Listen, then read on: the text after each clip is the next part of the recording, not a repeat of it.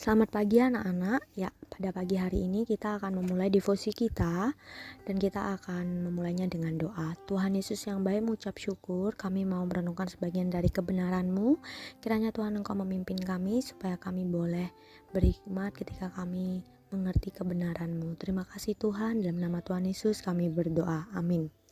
Ya, kebenaran firman Tuhan pada hari ini ya, Ibu mengambilnya di dalam kisah atau tema, yaitu penghalang doa ya.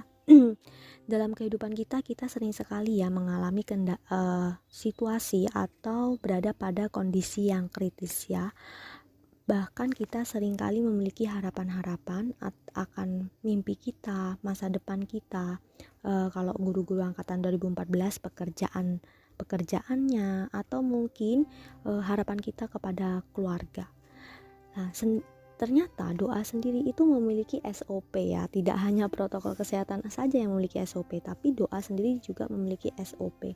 Nah, SOP apa sih yang menjadi standar yang ditentukan oleh firman Tuhan sebagai umat percaya kita bisa imani? Itu ada 3 hal ya yang akan Ibu bagikan.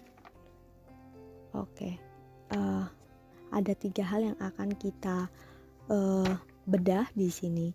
Yang pertama yaitu dalam doa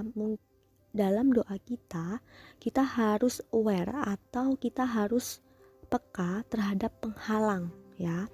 Penghalang ketika kita berdoa itu apa saja sih ya? Pertama adalah iblis ya. Ketika kita melihat kisah Daniel ketika dia mau berdoa kepada Tuhan ya, tapi Tuhan tidak menjawab. Ternyata di situ terdapat penguasa-penguasa Persia ya, atau roh-roh jahat di atas langit yang sebagai penghalang, sehingga pada kisah tersebut malaikat Mikael diutus dan ternyata doa dari Daniel itu bisa tersampaikan kepada Tuhan. Di sini dinyatakan bahwa ternyata salah satu penghalang kita adalah si iblis. Iblis ini sangat suka sekali menuduh kita ya. Iblis itu sangat senang sekali memberikan tuduhan-tuduhan, kamu ini gak layak untuk berdoa pada Tuhan, jadi gak usah berdoa, kamu ini orang berdosa, kemarin kamu nyontek, jadi kamu tuh gak layak di hadapan Tuhan, jadi gak perlu berdoa, gak perlu minta kepada Tuhan ya.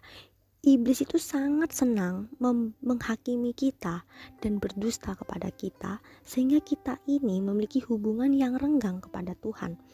Nah, kita harus hati-hati ketika kita merasa diri kita ini tidak layak di hadapan Tuhan, kita tidak berani untuk datang kepada Tuhan dan tidak mau berdoa, maka jangan-jangan sebenarnya kita memang sedang melakukan dosa ya.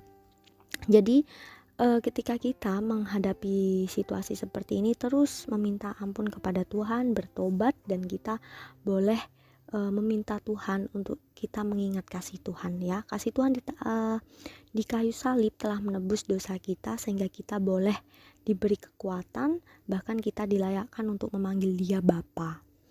Yang kedua adalah ternyata dosa atau kesalahan yang belum diakui ya. Yang menjadi sebagai penghalang kita kepada Tuhan adalah dosa atau kesalahan yang belum kita akui.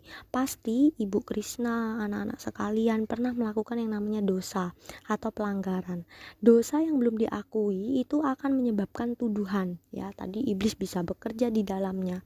Jadi hati-hati. Kita akan baca di salah satu ayat, yaitu di dalam 1 Yohanes 3 ayat yang ke-21 sampai ke-22. Ya, Ibu akan bacakan bersama-sama 1 Yohanes 3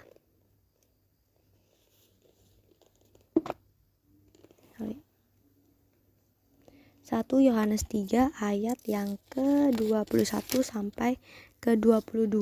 Ibu akan bacakan buat kita semua.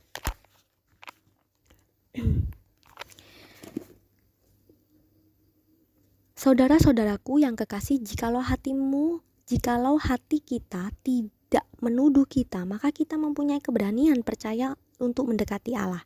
Dan apa saja yang kita minta, kita memperolehnya daripadanya, karena kita menuruti segala perintahnya dan berbuat apa yang berkenan kepadanya. Dan inilah perintahnya itu, supaya kita percaya akan nama Yesus Kristus anaknya, dan supaya kita saling mengasihi sesuai dengan perintah yang diberikan Kristus kepada kita. Amin.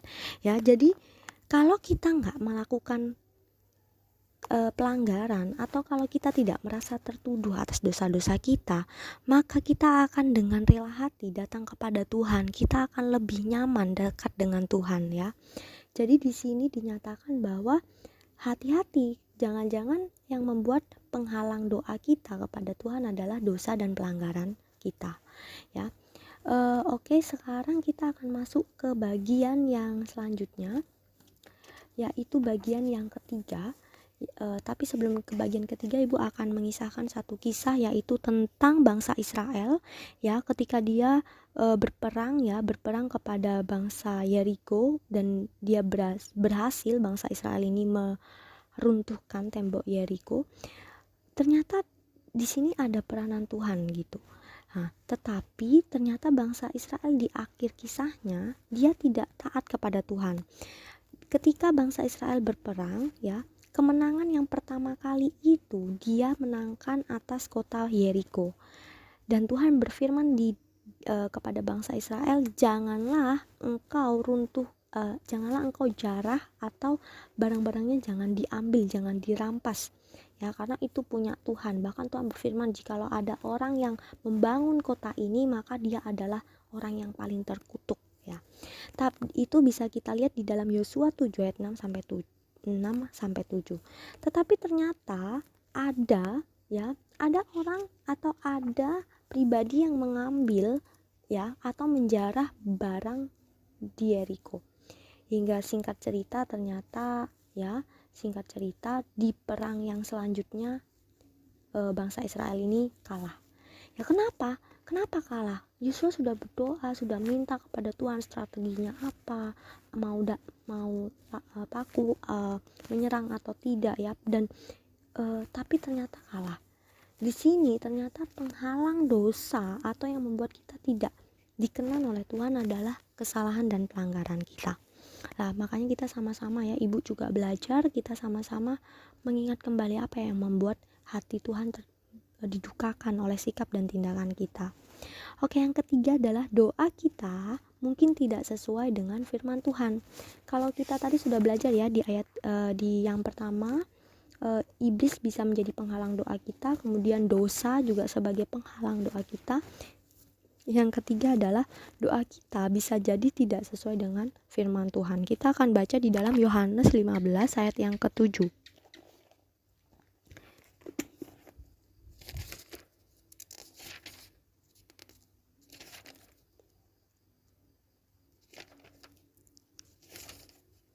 Ya, Yohanes 15 ayat yang ke-7 di sini dinyatakan, jikalau kamu tinggal di dalam aku dan firmanku di dalam kamu, mintalah apa saja yang kamu kehendaki dan kamu akan menerimanya. Ya, jika doa kita mungkin tidak terkabul atau Tuhan tidak memberikan jawaban atas doa kita, harapan kita, bisa jadi ternyata doa kita ini tidak sesuai dengan apa yang menjadi kehendak Tuhan. Ya, kebenaran firman Tuhan sampai sini saja, tapi kita sama-sama belajar, Ibu Krishna, anak-anak sekarang kita sama-sama belajar. Kita sama-sama belajar berdoa, meminta ampun ketika kita melakukan pelanggaran, supaya doa-doa kita tersampaikan kepada Tuhan. Kita tidak merasa tertuduh lagi atas dosa-dosa yang pernah kita lakukan. Dan kita menjadi pribadi yang hidup tinggal di dalam Dia, pribadi yang agung itu, sehingga apa yang dikehendaki hati kita sesuai dengan apa yang Tuhan kehendaki atas hidup kita. Ya, mari kita tutup di dalam doa. Tuhan Yesus yang baik, mengucap syukur, kami sungguh bersyukur sekali jikalau rumput Tuhan, bahkan bunga bakung di taman Tuhan Engkau dandani dengan begitu rupa, burung di udara Engkau beri makan Tuhan, apalagi kami yang menjadi anak-anak-Mu. Kami mengucap syukur atas itu. Mohon Tuhan bantu kami untuk kami tidak merasa tertuduh. Kami boleh belajar untuk kami senantiasa Tuhan hidup di dalam kebenaran-Mu. Bahkan kami mau ikut kehendak Tuhan. Terima kasih Tuhan, kami mau mengawali pembelajaran kami hari ini. Di dalam nama Tuhan Yesus kami berdoa. Amin.